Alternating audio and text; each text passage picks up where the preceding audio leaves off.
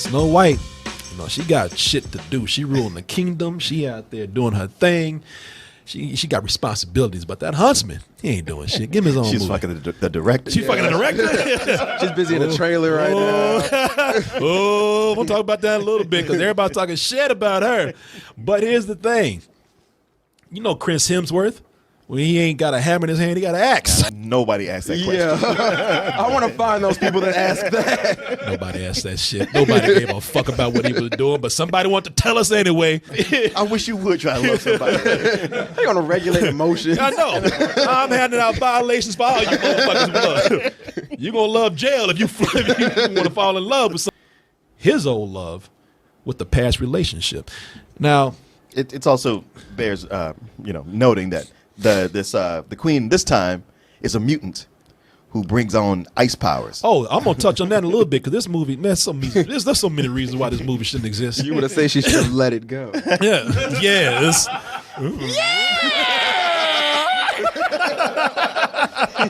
There's so many reasons why this shit should not be here. First of all, that's a stupid ass premise. You took that love thing, just telling people, let's say you kidnap a whole kingdom of children. Kill their parents. Kill their parents. You're going to have a whole kingdom of horny teenagers on your hand? And you talking about no love? You better hand out condoms and tell them to experiment at least a little bit. Because, your laws are flawed highly for that shit. The real thing here that people are talking about is some of the actors or actresses that are missing from here. Now, this is a sequel and a prequel to a movie that wasn't really reviewed well by critics. Did pretty bad, but it made a lot of money, $155 million domestically, $396 million internationally. We're talking about Snow White and the Huntsman. And they said, you goddamn right we making a sequel to this. I reckon so. I mean, what it had going for it was that Thor was something new. Yep. Bella from Twilight was in it, so she brought a fan base. Had a nice look to it. And more importantly, it came out after Mirror Mirror, which sucked donkey dicks. Oh, yeah. So by comparison, it was like, well, that wasn't so bad. I kind of liked it. Oh, yeah. But the thing that with this one is that it wasn't quite donkey dicks that was sucking, just dicks, It just sucked, period. I'm surprised y'all remember it. I don't remember. I was watching the movie we saw just recently, and I was like, I don't remember what happened in the one before this. I don't remember anything, man. And I'm going to tell you, it's going to be funny how I tell you I don't remember something about it because there were important things I don't even remember. But they said, we got to make a sequel to this. But that goddamn Kristen Stewart had to come in and fuck it up for everybody. Had to go out there creeping around with the director, who, by the way, what was his director's name? It was really that guy. That guy that fucked Kristen Stewart. Edward. Rupert Sanders. I like the way that Rupert.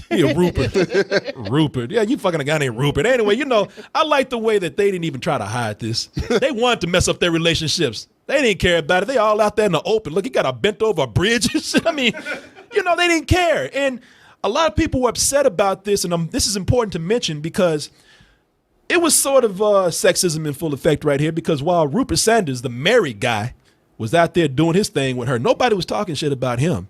Everybody just kind of let him slide. But Kristen Stewart, everybody was talking about the sequel that was coming up. And Universal said, well, Kristen, you over there fucking around. People, she got outed. No sequel for you. You're banished. So people were relishing in this. They were doing things like, see you later, Kristen. Oh, Kristen needs a hug. She's not going to be in the sequel. And I'm going to tell y'all right now, she don't give a shit. Yeah, I can't believe that she was upset about not being a sequel to this. Because she still did another Twilight movie. She did another Twilight movie, and she only did that under contract, and she's been wanting to move on to some other things anyway. She's out there trying to be, quote-unquote, a real actress. She's taking small projects and art films. She ain't trying to do this shit. I think she moved on to sleeping with women, too. Yeah. She's fucking everything, so this don't mean nothing to her. Yeah. You know what? It's funny because you look at this right here. She ain't even fucking this dude. She trying to fuck that bridge right there. She was happy to be outed by this. And I'm going to tell you something. It would have been better if she was in this because the movie, it's noticeable that she's not there. I mean, it's like they took a chunk. Like it's a sequel and a prequel, and it feels like there's a whole middle part just missing from it. And the reason why is because they could have wrote around this, but they rushed this out. I don't know why they were trying to get this out here. Understatement. Oh, they rushed this out, and they did the worst writing that they could here. There's a part in here where we are introduced to the Huntsman after his big story in the prequel part of the movie, and somebody comes up, and they're just like, yeah, that's cool, but where's Snow White at? And the other guy's like, oh, yeah, she at home. She's sick, man. You know, She busy doing things. yeah, Mira fucking with her. She got a headache, man, and she can't come here. But she said you got it, and then they actually do a cut to a body double with long hair on the floor with her back. Okay, I thought that was the chick from The Ring. Because what is she doing in here? And it just went away. I'm like, I guess that was just part of this movie now. Yeah, some shots of that. Yeah, people, and they do one flashback cut of her in the prequel part. I mean, it's terrible the way they try to crowbar her in there. It would have been better had they just said, yeah, the Huntsman said, fuck all y'all, moved on to another part of the kingdom, and just, they could have done the Huntsman in Africa or something, I know, but they had to tie it back to the mirror. They had to tie it back to the mirror somehow, and they had to actually bring it back to some other people who are contractually obliged to this, and I'll tell you who some of those people are in a little bit. One of them is Chris Hemsworth. The biggest mistake y'all could have done, besides taking Kristen Stewart out of the movie and trying to make it about and still try to put her in there some kind of way, crowbar her in there, is making it about the Huntsman. This big dumb motherfucker can't carry a whole movie. I ain't even talking about Chris Hemsworth. I'm just talking about that character. I'm talking about that character. This character is so dull and boring. He was boring in the first one. I say he was more of a device. Yeah, you're right. See, you're exactly right. Like, I think that he works better. Look, he's cool as your side guy, your sidekick. You need some big dumb dude to go beat somebody's ass. Yeah, call the Huntsman. If you want a good wingman for the night, because he's likable and smooth, call the Huntsman. You ain't going to get no ass because he's going to take all the women away from him. Why would you call him? I was like, no, he'd be a terrible wingman. He'd take everything, but you learn some things because the dude is smooth. One of the subplots in the movie, who's that actress? Jessica Chastain. Jessica Chastain plays his old love who's been brainwashed into not loving him anymore when they reunite. And look, we all know the Huntsman is so smooth. He might be big and dumb, but he's smooth with the ladies. And we are wasting time in this movie watching her trying to fight off his advances. And meanwhile, we're in the audience like, girl, go ahead and drop them draws and fuck this dude because you're going to do it anyway. Well, plus, when you look around, you look at the landscape, it's like, look, there's no other fuckable guys in this movie. Yeah. I mean, it's dwarves and a bunch of... There's trees and your brothers. There's trees, trolls, and midgets. He's the only good dick out here. Girl, quit bullshitting and do something with this man. Some unpredictable waters around here. It's not me. You're a right galoot. So are you. Yeah, look at that smile right there. Smooth as hell. Girl, quit bullshitting. Fuck this dude and let's get on with this movie. The whole time she had that dick whipped look in her eyes. Like, I know damn well you remember what we used to do. Yeah. I mean, I'm serious because she's just fighting him through the whole movie. I will not be with you. Get away from me. And every time she turned around, like, quit fucking around. But the other thing about the movie, I was wondering, why did they even make this? Why did they not write it about him more? Why not make him a better character? Because he's not dumb. They just write him dumb, And then I finally figured it out. And you already said it, man. They did it because they found a way to completely, shamelessly rip off Frozen. Oh, yeah. In the beginning of the movie, Emily Blunt, she becomes an ice queen. And there's so many similarities between Frozen about how Elsa, or what's her name? Elsa discovers her powers and how Emily Blunt discovers her powers. The only difference is that Elsa will go somewhere and sing Let It Go, and she calls it a day. Emily Blunt turns into a bitch and kills half the kingdom and enslaves children. Genocide! Yeah. Genocide! It's but they shamelessly rip it off, and when they do that, it makes the movie confusing, and I'll tell you one a little bit. But the one besides Emily Blunt ripping off Frozen, or the character from Frozen, they also had Charlize Theron contractually obliged to be back. You could tell she was. But the script again doesn't require her to do anything but walk around, be overly theatrically evil, and leak oil from her ass. I thought I had driven the weakness out of you. I thought I made you strong. How did you draw the weakness out?